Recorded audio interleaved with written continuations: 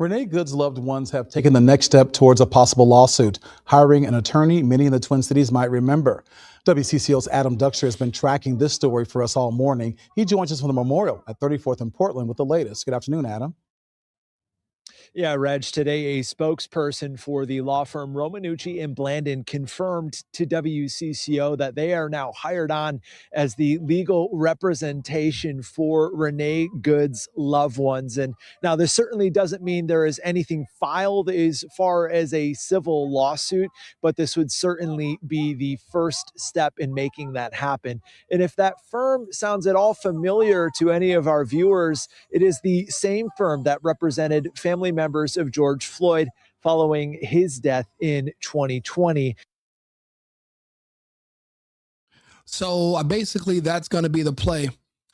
Anytime there is a person that is killed lawfully or illegally in the state of Minnesota, if it has anything to do with law enforcement, even if the person's a mass shooter, even if the person just got done stabbing 20 kids to death, their family, if the police kill them because they're a criminal and they're, doing harm and they're a public safety threat, etc., if they are killed by the police, everyone's going to hire this one firm. The reason is this firm knows that in this liberal city, they are going to get a victory. They're going to get paid. That's the problem. Knowing that your family's going to be rewarded, it's kind of like when you tell a suicide bomber that when they get to heaven, they're going to get 72 virgins. It gives them an incentive to proceed with this behavior. And it also removes any sort of accountability from yourself. Now you can say that you were a victim, even though you victimized someone else. People are now going to be rewarded, and this is going to be systematic because this is a liberal city. But what this is going to do is encourage more copycat events just like this. I'm noticing an uptick in people trying to use their cars as weapons in Minneapolis. There was a video yesterday of a guy revving his engine, driving towards them, screaming, "Shoot me, shoot me." All these people know if law enforcement, which includes ICE, uses their weapons, they can get paid. And that's the problem. How do we shut off that spigot? Famously, O.J. Simpson was found not guilty of the murder, but they found him civilly liable in that case. I think that right there changed the mindset of the entire country, because that doesn't make any sense. How can you be found exonerated criminally, but yet still be found liable civilly for a murder? So in this situation, Renee Good was guilty of trying to run over a law enforcement officer who defended himself. She was in the wrong. It's clear as day. He's not being charged. Okay, then why will a civil attorney be able to come into your city and win a lawsuit against the government? And that's the thing. It's never the police officers that have to pay. It's never their pensions. The city pays. But if it's a liberal city, then there's no instance, unless the person's white, then that they won't pay. If it was a black, like when that black police officer in Minnesota, remember the Somalian police officer years ago shot the Australian white woman? Her family didn't get paid. But now when it's the other way around, and it's a lesbian woman, or if somebody is a black person, if you're somebody on the left, they will pay out big benefits and they will pay you. Let me ask Arthur about how this works, because how do we stop this? Hey, Arthur, the family of Renee Good just hired George Floyd's lawyer. If they sue, who's going to be the one liable and who's going to be paying out on this lawsuit? Absolutely, Rico. So if the family of Renee...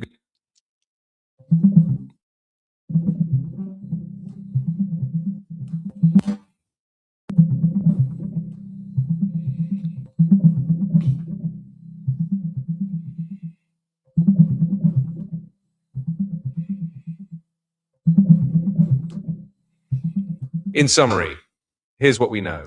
Renee Good was a 37-year-old woman who was fatally shot by an ICE agent during a federal immigration operation in Minneapolis.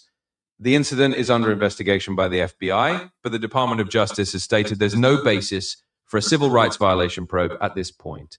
Legally, it's not entirely clear yet who might be held liable or who would pay if there's a lawsuit. The family has hired the same law firm that represented George Floyd's relatives, which is drawing significant attention to the case. In short, the liability and any potential financial responsibility are still open questions. Okay, when George Floyd, when his family sued, who paid? Was it the federal government?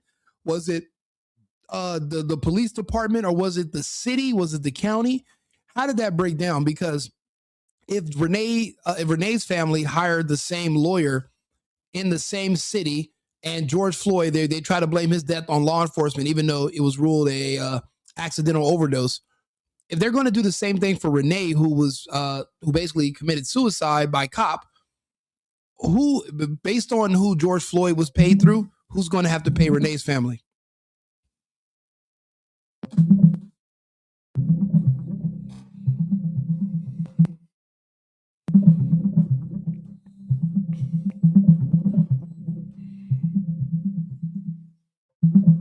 In short, the city of Minneapolis actually paid out the settlement in the George Floyd case. Specifically, in 2021, the city council approved a $27 million settlement to Floyd's family, and that money came out of the city's funds, not directly from the police department or individual officers. So if Renee Good's family follows a similar legal route and wins a settlement, it would likely be the city or federal government funds involved, depending on how the lawsuit is structured. Now, in your opinion, can you see how this might inspire copycat criminals to do the same thing that Renee did, knowing that their family is probably going to reap the benefits of this of their actions, even if they're illegal against law enforcement? In my view, it's certainly a valid concern to question whether large settlements or high-profile cases might create a perception that could unintentionally incentivize certain behaviors. The argument goes that if individuals believe their actions, however unlawful or dangerous, will result in large payouts to their families, it could theoretically encourage copycat incidents. However, the counterpoint is that these settlements are not rewards, but legal remedies intended to hold authorities accountable and provide justice for wrongdoing. Most people do not want to put themselves in harm's way, and legal actions are about redress, not profit. In reality, the vast majority of individuals do not deliberately engage in dangerous confrontations with law enforcement for a speculative settlement. But it's a complex issue worth discussing and understanding from multiple angles. Let me ask you a question. When has there ever been a famous police shooting that was justified, where they deemed a criminal civil lawsuit should not be paid, and they denied it, and they didn't settle? Because from where I stand, it seems like every time there's a police shooting, the family of the person who was shot, who was the criminal, they can always come back and somebody's going to settle with them for money, even though their relative was in the wrong. When do they ever say no and not pay out those settlements?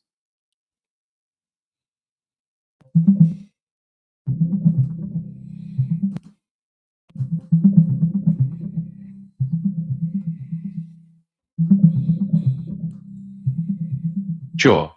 In short, there have been cases where police shoot.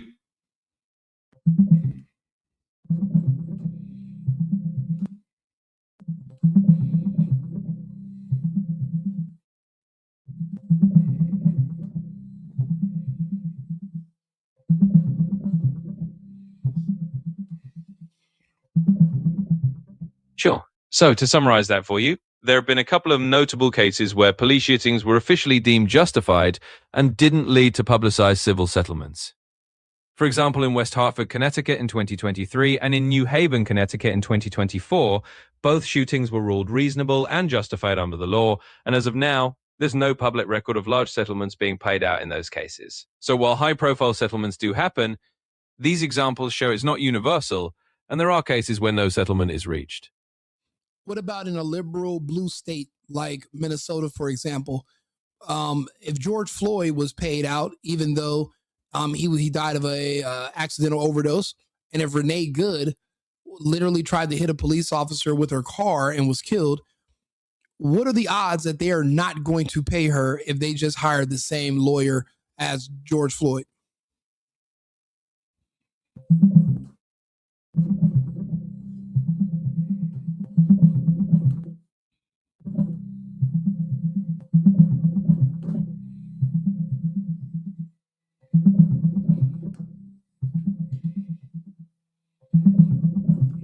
is a quick summary of what we found.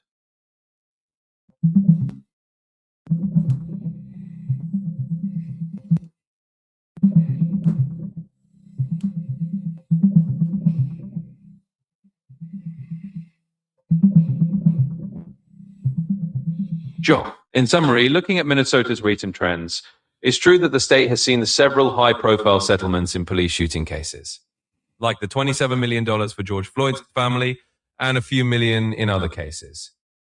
Generally, in a place like Minneapolis, if a well-known civil rights lawyer is involved, large settlements are common, especially if the case gains attention.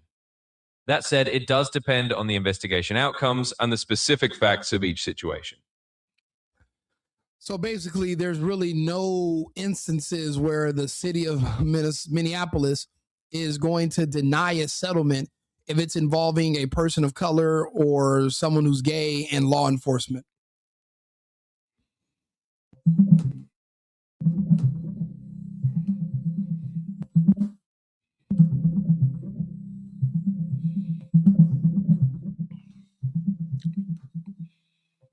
So, to summarize what we found, in Minneapolis, there have indeed been several notable settlements in past police shooting cases, including large payouts like the $27 million in the George Floyd case. It's common for the city to settle rather than go to trial, particularly in high-profile or politically sensitive cases.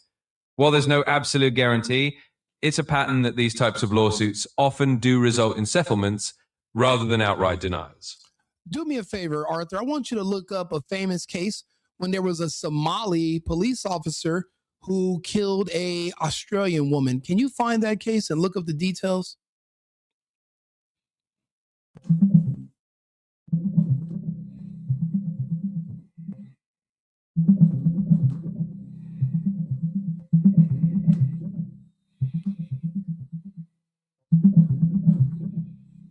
Certainly. In summary, this case involved a Somali-American police officer named Mohammed Noor, who in July 2017 shot and killed Justine Demond, an Australian-American woman who had called 911 to report a possible assault. Officer Noor was initially convicted of third-degree murder and manslaughter, although the murder conviction was later overturned, and he was released on parole in 2022. This case was one of the few instances where an on-duty officer was convicted for a fatal shooting, and it brought significant scrutiny to the Minneapolis police, as well as broader discussions about police accountability. Sounds to me like Minneapolis has been a troubled city for a long, long time now. I didn't realize how many high-profile cases have come out of that city. Also, looked up, did the family of Justine Demond, the Australian-American woman, did her family receive any type of settlement from the city?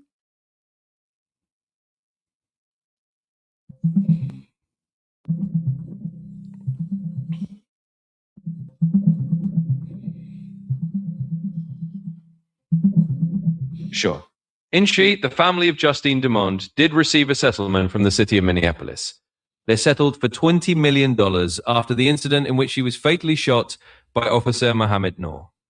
This is one of the notable cases highlighting Minneapolis as a city with multiple high-profile settlements related to police incidents.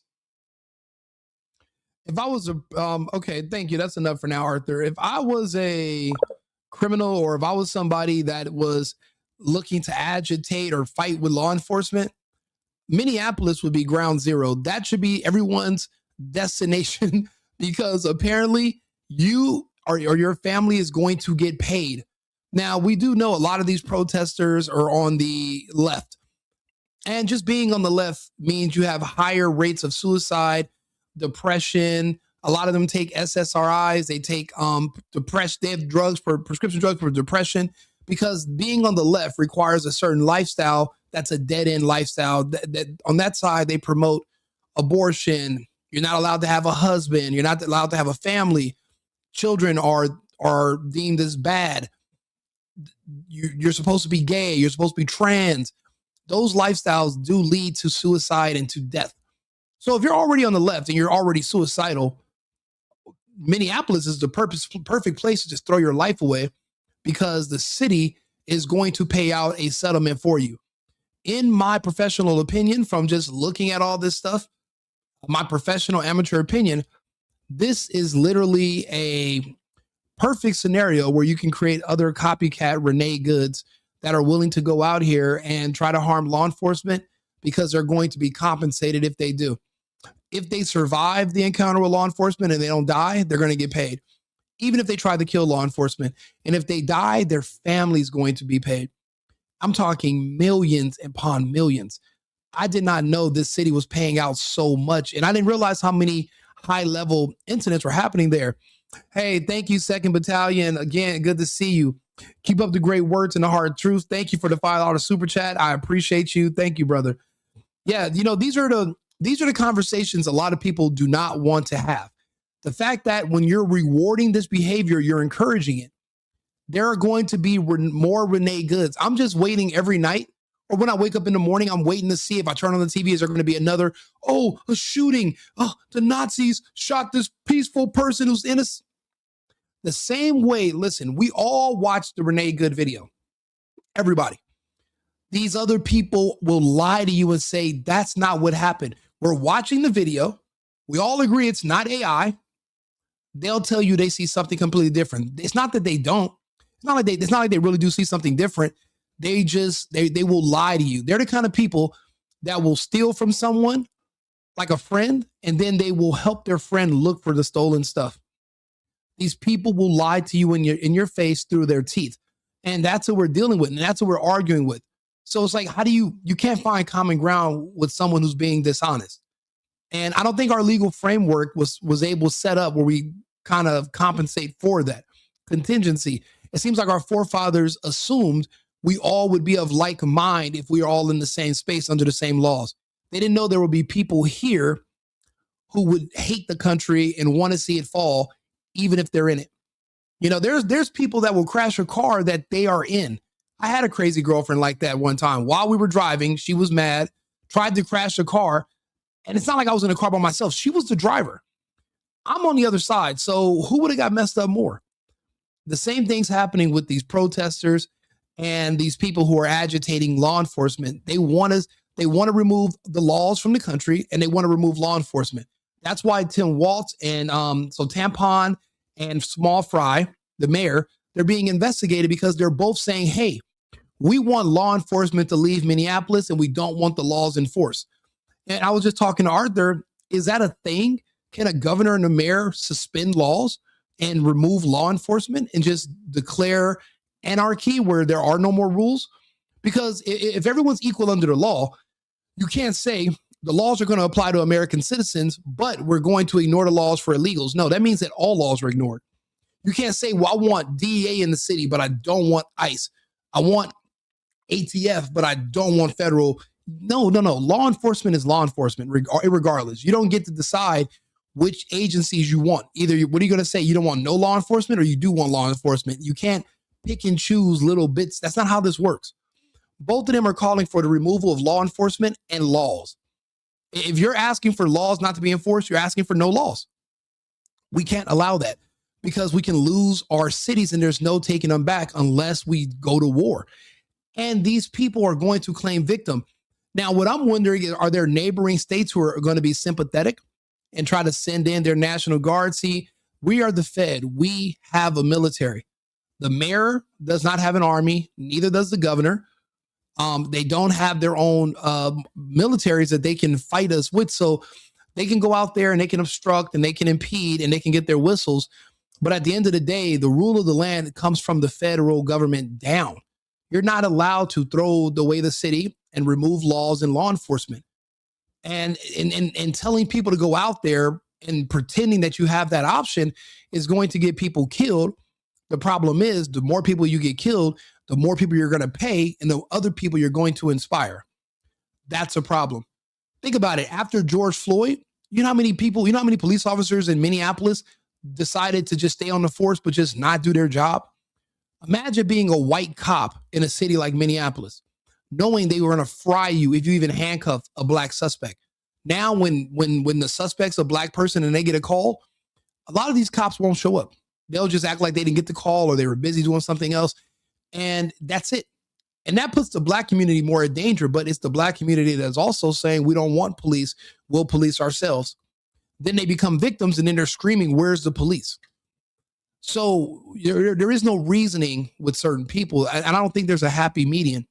I think this right here, Renee's family, even though she was in the wrong, if the city settles with her, they're encouraging this behavior and they're going to create more copycats. And for me, that's a problem because there are going to be new people inspired. People only do stuff they think they're going to be able to get away with.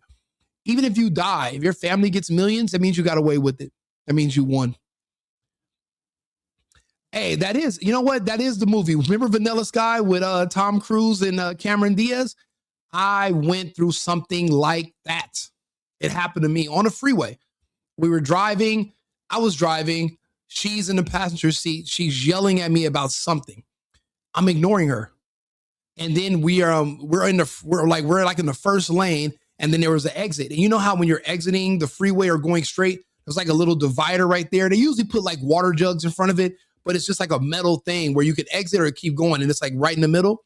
She grabbed the steering wheel and tried to drive into that. Yes, I was in one of those situations.